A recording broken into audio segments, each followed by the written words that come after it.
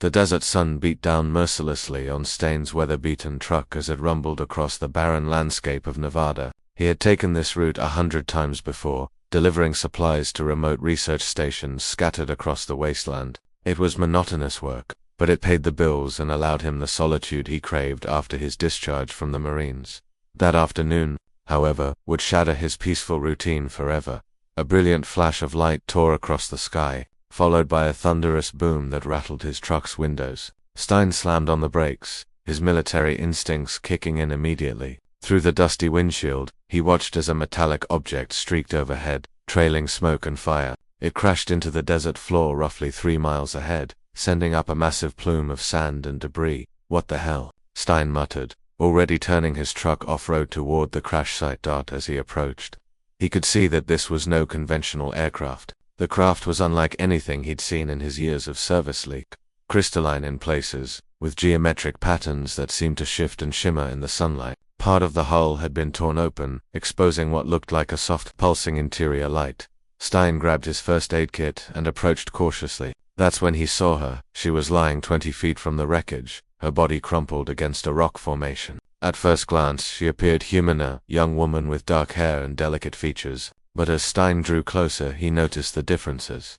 Her skin had a faint luminescent quality. Her eyes were a deep violet color, and there were intricate silver markings along her temples and neck that looked almost like circuit patterns. She was bleeding. Her blood was a strange iridescent color and her breathing was labored. "Miss, can you hear me?" Stein knelt beside her, his training taking over despite the surreal nature of the situation. Her violet eyes fluttered open, filled with pain and fear. She tried to speak, but the words came out in a melodic language he couldn't understand. Then, to his amazement, her hand reached up and touched his forehead. A warm sensation flooded through his mind, and suddenly, he could understand her. "Please, help me," she whispered, her voice now clear in his mind. "My name is Princess Pfizer of the Celestial Realm. My ship was attacked. I crashed here. Don't try to move," Stein said gently, already assessing her injuries. "I'm going to help you, Your Highness."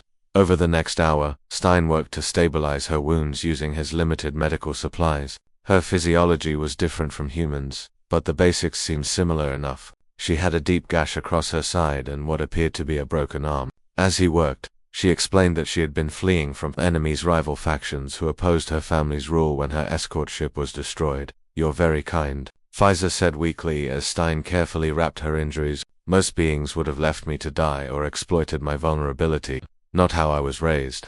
"Ma'am," Stein replied simply.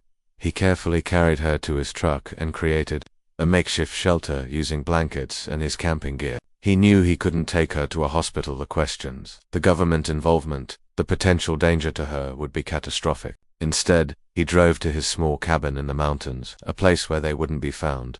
For 3 weeks, Stein cared for the alien princess. He used his veteran's medical knowledge and the healing devices she had salvaged from her ship's wreckage. During this time, they talked for hours. Pfizer told him about her world, a civilization millions of years more advanced than Earth's, with technology that seemed like magic. She spoke of politics, philosophy, and her duties as a princess. In turn, Stein shared stories of Earth, of humanity's struggles and triumphs, of his time in the military, and of his simple life in the desert. Pfizer was fascinated by human resilience, by their ability to find meaning in such short lifespans.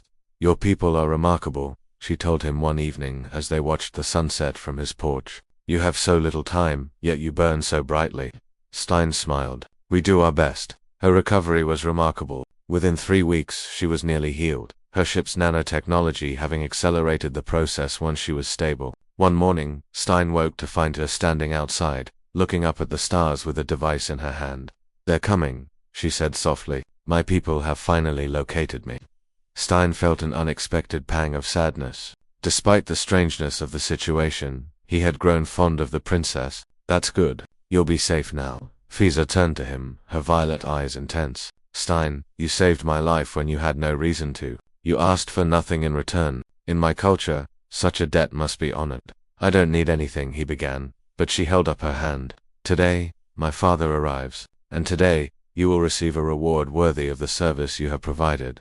As the sun reached its zenith, a massive ship materialized in the sky above them, beautiful and terrifying in its scale. Smaller craft descended, and soon Stain's property was surrounded by beings similar to all dressed in elaborate armor and carrying advanced weapons. A regal figure emerged clearly. Fizer's father, the king. His presence was commanding, ancient, and powerful. Fizer spoke to him in their language. Gesturing to Stein, the king approached the human, studying him with eyes that seemed to see through to his soul. Then, to Stein's shock, the king bowed. Stein of Eth, the king's voice resonated in his mind. You have saved my daughter, the heir to the celestial throne, asking nothing in exchange. Such honor is rare in any species. Name your reward, and if it is within my power, it shall be yours. Stein stood there, overwhelmed. He could ask for anything: wealth beyond measure, technology, extended life, anything. But as he looked at Fizer's grateful smile, he realized what truly mattered. Your Majesty, Stein said carefully, I would ask for something that might benefit not just me, but all of humanity. Knowledge. Share with us some of your wisdom. Help us grow. Help us become better. That would be reward enough. The king smiled, a gesture that seemed to light up the entire area. You honor your species with such a request. It shall be granted. And on that day, humanity's future changed forever, all because one man chose kindness over indifference.